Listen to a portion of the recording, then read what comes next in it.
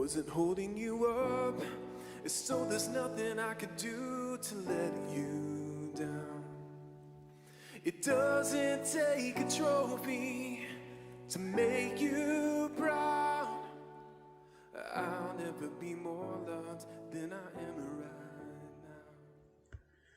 Well, good almost noon to you, Lufkin Central, an online worship community. Jason Hollinger here, the campus and community minister here. It's been a little crazy, a little hectic here at our Lufkin Central, our campus here. We've been kind of working through some things, getting ready for Sunday, and for our time in worship together. And also, we have a Christmas concert that's going to take place here that the Lufkin Community Band will be putting on for not just for us, for any of you here in Lufkin that you want to join. That's 2:30 on Sunday. Invite you to join us.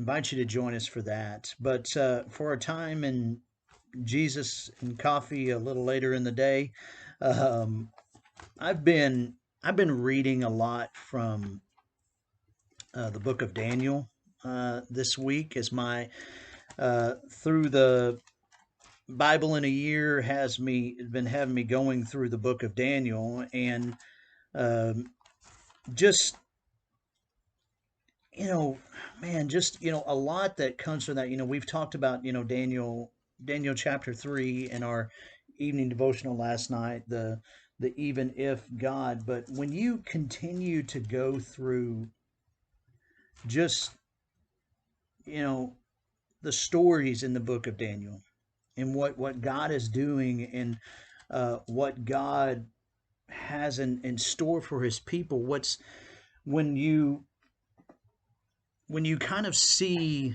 the evolution, if you of the evolution, if you will, of what is happening for, especially for Daniel throughout this book, is he began with obviously, yes, going into captivity, but you have chapter 3, just the threat of death, when you've got this being thrown into a furnace, and saying, listen, even if whether God saves us or not in this moment, we're still not going to bow down to you. You are still not the one who is worthy of our worship, the one who is worthy of our praise. And so you even get to later in chapter 6, and here he is again, where 3 begins with you know the king saying, I'm not just king, I'm God, and I'm your God, I'm your Lord, and you are to worship me. And then getting to the end of, like, oh wow, there's something special about the as even as the wording says, even just kind of a lack of understanding of the gods, praise be to the God of Shadrach, Meshach, and Abednego, and that their God, and what their God has done. And so there's even kind of this disconnect there. And now you get to this point. Now you have um, Darius in charge, and yet again, you've got people who are up against Daniel, and what what and what they're trying to do is to stop Daniel from worshiping God, from honoring God. But now what is interesting is you come into this moment, and there's this different experience of a beginning response. You know, Now it's others around that are trying to trap Daniel in this, and they see him as a threat. They see him as a threat to what they're trying to do, of being a voice in the king's ear, in their ruler's ear. And they see Daniel's influence because he's been interpreting dreams, and he's doing all these things for those who are his captors, and God is continuing, much like Joseph goes into slavery ultimately in Egypt, and God continued to provide for him ways to uh, advance and experience the protection of God in the midst of this. And Daniel, it's the same thing with what's happening here with Daniel in Babylon. And so now in this case, it doesn't end with praise be to the God of Daniel, Shadrach, Meshach, and Abednego, but now you've got a ruler. Now you've got Darius, who is, he's not okay with putting Daniel in this lion's den from chapter 6. And but he is a king, and he has a law that's in place, and he has to enforce it consistently, and this worries him. And he has trouble eating, sleeping, all the things. And he wakes up in the morning, and what I love is, and just this is powerful, he calls out to Daniel. Remember, he had Daniel put in a lion's den, a den of lions, right? That usually doesn't work out well. Why would you go and then speak into, and yes, in hope of this, in other words, he's saying, Daniel, did your God save you?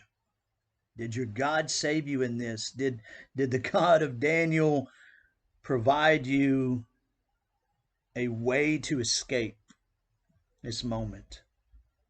And Daniel replies back, God protects him. And yes, there's some more that takes place in this story. But what I love is, listen to this from Daniel chapter 6, verse 25. Then King Darius wrote to all the peoples, nations, and men of every language throughout the land. May you prosper greatly. I issue a decree that in every part of my kingdom people must fear and reverence the God of Daniel. Hear this. For he is the living God, and he endures forever. His kingdom will not be destroyed. His dominion will never end. He rescues and he saves. He performs signs and wonders in the heavens and the earth. He has rescued Daniel from the power of the lions. So Daniel prospered during the reign of Darius and the reign of Cyrus the Persian. Just something powerful that takes place when God's people place their trust in him. When their fear is properly applied to not wondering how people are going to react to them, but having this fear of reverence and awe for God and who he is. And trusting in God that no matter what, this is kind of even if part 2, right? That no matter what, that God is going to continue to provide a way, the means to protect and to provide for his people. So my challenge to you the rest of this day and as you head into your weekend is, how will you go about being an instrument of truth, a consistent instrument of truth and righteousness and power and worship to God and to God alone?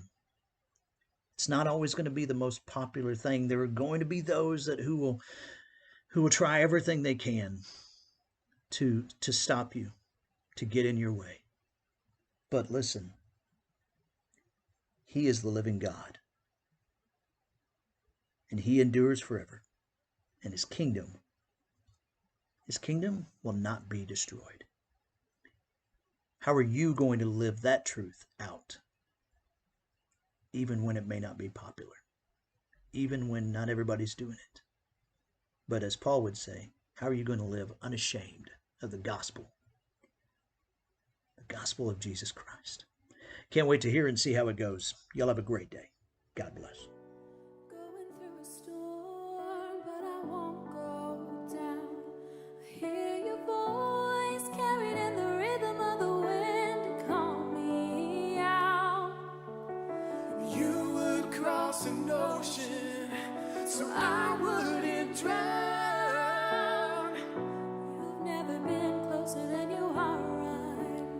sing it with us, Jireh.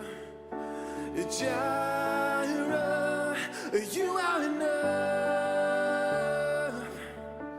Jireh, you are enough.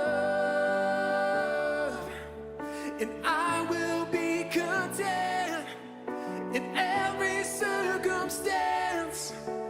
Jireh, you are enough. Forever enough, you're always enough. You're more than enough. Forever enough, you're always enough. You're more than enough. I don't wanna forget how I feel right now on the mountaintop. I can see so clear what it's all about.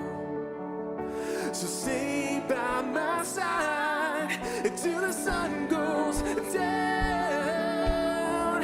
I don't wanna forget how I feel right now. Jireh, Jireh, you are enough. Jireh, you are enough. And I will be content in every circumstance. Jireh, you are enough. Forever enough, you're always enough. You're more than enough. Forever enough, you're always enough. You're more than enough. Already loved, I'm already chosen. I know who I am, and I know what you've spoken. I'm already loved more than I could imagine, and that is enough.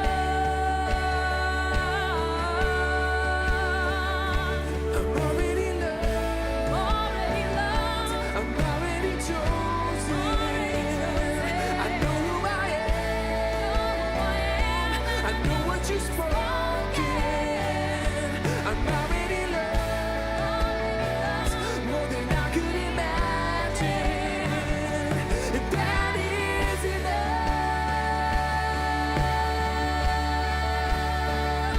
I'm already loved. I'm already chosen. I know who I am. I know what you've spoken. I'm already loved more than I could imagine. That is enough.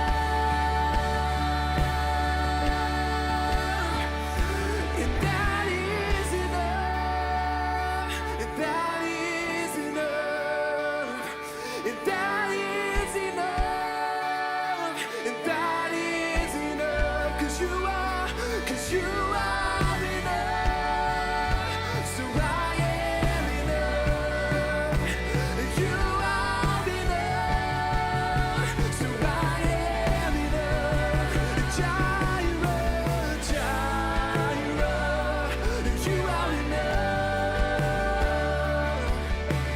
Jireh, you are enough. So I will be content in every circumstance. Jireh, you are enough.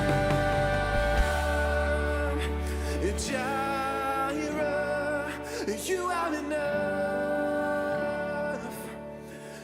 Jireh, you are enough.